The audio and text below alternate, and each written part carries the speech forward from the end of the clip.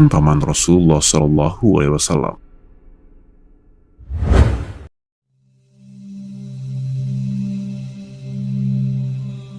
Paman-paman Rasulullah SAW ada 10 orang. Namun yang hidup di masa Islam ada 4 orang. 2 orang tetap dalam kekufuran dan 2 orang lagi memeluk Islam. Yang tetap pada kekufuran yaitu: pertama, Abu Lahab. Ia telah banyak berbuat buruk pada Nabi SAW dengan keburukan-keburukan yang besar. Bahkan Allah Ta'ala menurunkan satu surat khusus untuknya dan untuk istrinya, si pembawa kayu bakar, yang mencela dan memberikan ancaman untuk mereka berdua.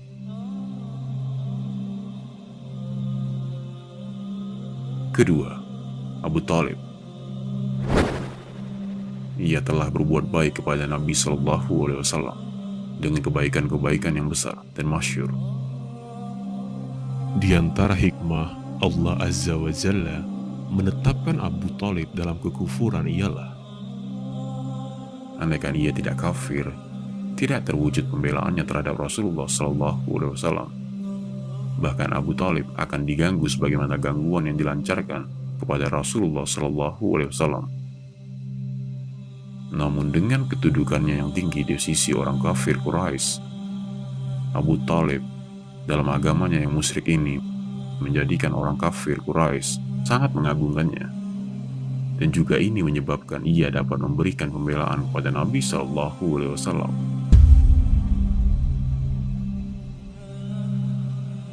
Yang memeluk Islam yaitu Al-Abbas dan Hamzah. Dan Hamzah lebih utama dari Al-Abbas, sampai-sampai Rasulullah SAW menjuluki Hamzah sebagai singa Allah.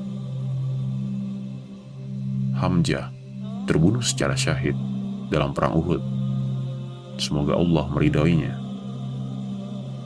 Nabi SAW juga menamai beliau sebagai penghulu para syuhada. Hamzah bin Abdul Muthalib telah mengetahui kebesaran dan kesempurnaan keponakannya itu. Ia tahu benar tentang hakikat kepribadiannya, watak, dan jati diri Muhammad SAW. Hamzah tidak hanya mengenal Muhammad sebagai seorang paman yang mengenal keponakannya, tetapi lebih dari itu, Hamzah mengenalnya sebagai seorang saudara dan sahabat baginya. Pasalnya, Rasulullah SAW dan Hamzah adalah satu generasi dan memiliki usia yang terpaut hampir sama. Mereka tumbuh bersama-sama, bermain bersama-sama, bersaudara, dan menapaki jalan bersama-sama selangkah demi selangkah. Kisah keislaman Hamzah merupakan tamparan keras yang tidak bisa dihadapi oleh kaum Quraisy. Keislaman Hamzah mendorong banyak orang memilih Islam. Rasulullah SAW mendapat energi dan kekuatan di sekelilingnya yang memperkuat dakwahnya dan menopang kekuatannya. Sejak masuk Islam, Hamzah mempersembahkan seluruh kemampuannya, kekuatannya, dan hidupnya untuk Allah dan agamanya. Hingga Nabi SAW memberinya gelar yang agung, yakni Signa Allah dan Rasulnya. Sedangkan Abbas bin Abdul Muthalib adalah orang Quraisy yang paling pemurah dan paling senang menyambung silaturahmi. Sebagaimana Hamzah adalah paman dan sebaya Rasul, demikian pula halnya Abbas radhiyallahu anhu.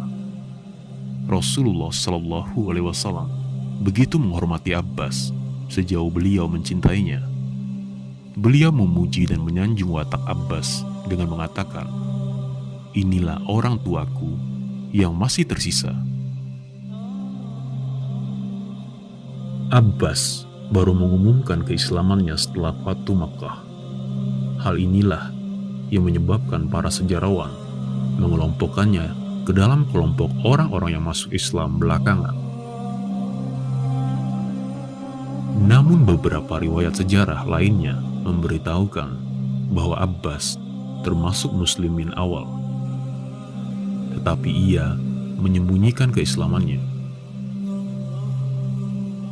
Untuk Abu Thalib, Allah mengizinkan Rasulullah SAW untuk memberikan syafaat kepadanya, walaupun ia mati dalam kekafiran. Ini adalah pengkhususan dari firman Allah Ta'ala yang artinya, tidak ada gunanya bagi mereka orang kafir syafaat dari orang-orang yang memberi syafaat. Quran Surah Al-Mudaththir ayat 48. Namun syafaat ini tidak membuat ia keluar dari neraka. Abu Thalib berada di permukaan neraka yang panasnya membakar mata kakinya, namun otaknya mendidih. Rasulullah SAW bersabda, andai bukan karena syafaat aku, niscaya ia berada di kerak neraka. Muttafaqun alaih. Hal ini bukan karena pribadi Abu Thalib secara personal, namun dikarenakan pembelaannya terhadap Nabi SAW dan para sahabatnya. Semoga kisah ini bermanfaat bagi kita semua.